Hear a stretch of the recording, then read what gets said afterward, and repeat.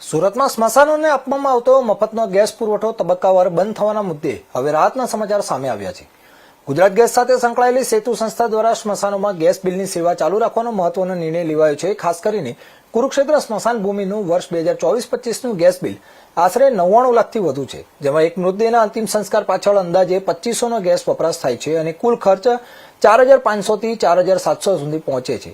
ત્યારે વર્ષ 1998-99ના કરાર મુજબ socio economical transformation and ultimatum society દ્વારા આ ખર્ચ સંભાળવામાં આવી રહ્યો છે।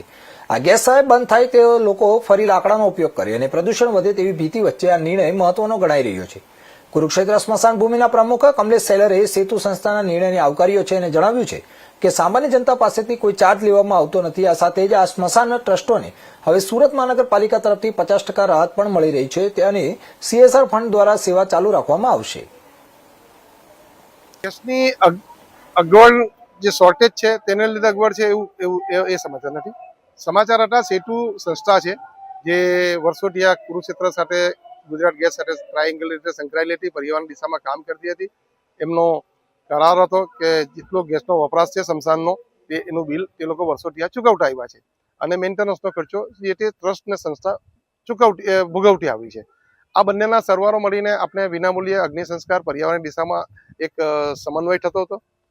હમણાં સેતુના સંચાલક મંડળોને કોઈ કારણો હશે કે જેને લીધે એ લોકોએ ગુજરાત ગેસને એવી જાણ કરી હતી કે તબક્કાવાર અમે 25%, ત્યારબાદ 50% અને ત્યારબાદ 75%ની જે રાહત છે તે અમે 0 કરવા જઈ રહ્યા છે અને 2030માં તમારે સંપૂર્ણ ખર્ચો ઉઠાવવો પડશે આવી એક જાણ ગુજરાત ગેસને અને સંસ્થાને કરવામાં આવી હતી।